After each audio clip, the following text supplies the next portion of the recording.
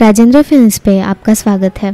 दोस्तों, रामानंद सागर ने रामायण के काकभूसुंडी वाले सीन को शूट करने में काफ़ी मेहनत करनी पड़ी। पहले यूनिट से कौवे पकड़वाए, फिर उन्हीं में से एक कौवे से हाथ जोड़कर रामानंद सागर ने प्रार्थना की। दिलचस्प बात यह है कि उस कौवे ने रामानंद सागर की बात भी मानी और इस तरह से रामायण का वो सीन शूट कर लिया गया। चर्चित टीवी शो रामायण की शूटिंग के बेशुमार किस्से हैं और सारे के सारे काफी दिलचस्प है। एक तरफ दर्शक इस धारावाहिक को देख रहे हैं तो दूसरी तरफ इस धारावाहिक से जुड़े किस्सों को जानने के लिए भी उतनी ही उत्सुक है। ऐसे ही किस्सों में से एक वो किस्सा जब एक कौवे ने रामायण का एक खास एपिसोड शूट करवाया था। मालूम हो कि जब भगवान शिव माँ पार्वती को भगवान राम की कथा सुना रहे थे तो काकभूसुंडी जी छुपके से पीछे बैठकर सुन रहे थे। उन्हीं की वजह से ये कथा धरती पर आई। उन्होंने इस कथा को पंछियों की महासभा में इसे सुनाया और इस तरह आगे बढ़ते बढ़ते ये संत तुलसीदास तक पहुंच गई।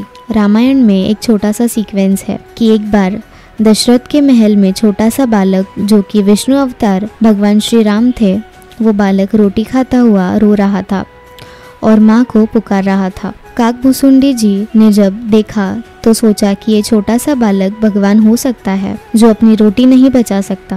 उन्हें लगा कि ये जरूर कोई ढोंगी है, मैं जाकर इसकी परीक्षा लेता हूँ। काकभूसुंडी ने जाकर इस बालक की रोटी छीन ली। प्रेम सागर ने एक इंटरव्यू में बताया कि उनके पिता रामानंद सागर ने ये किस्सा सोच तो लिया, लेकिन इसे शूट कैसे करना है उन्हें समझ नहीं आ रहा था। वो उस वक्त उमरगांव में शूटिंग कर रहे थे। जगह थी वृंदावन स्टूडियो। इस जगह पर बहुत पेड़ थे और शाम को सूरज डूबते ही सारे कौवे चिल्लाने लगते थे।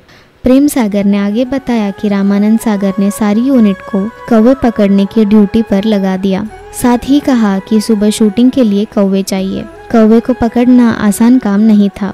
सबने तरह तरह के उपाय किए और रात 12 बजे तक 4 कौवे पकड़ में आ गए। इन कौवों को एल्यूमिनियम चेन से बांध कर रख दिया गया।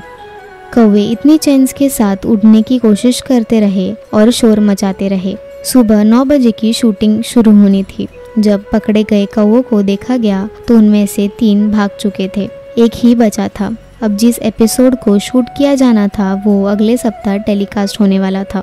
एक दिन का भी लेट करना संभव नहीं था। कभी नहीं परेशान होने वाले रामानंद सागर उस रोज थोड़े तनाव में दिखे। आखिरकार उनके चेहरे पर एक मुस्कान दिखी।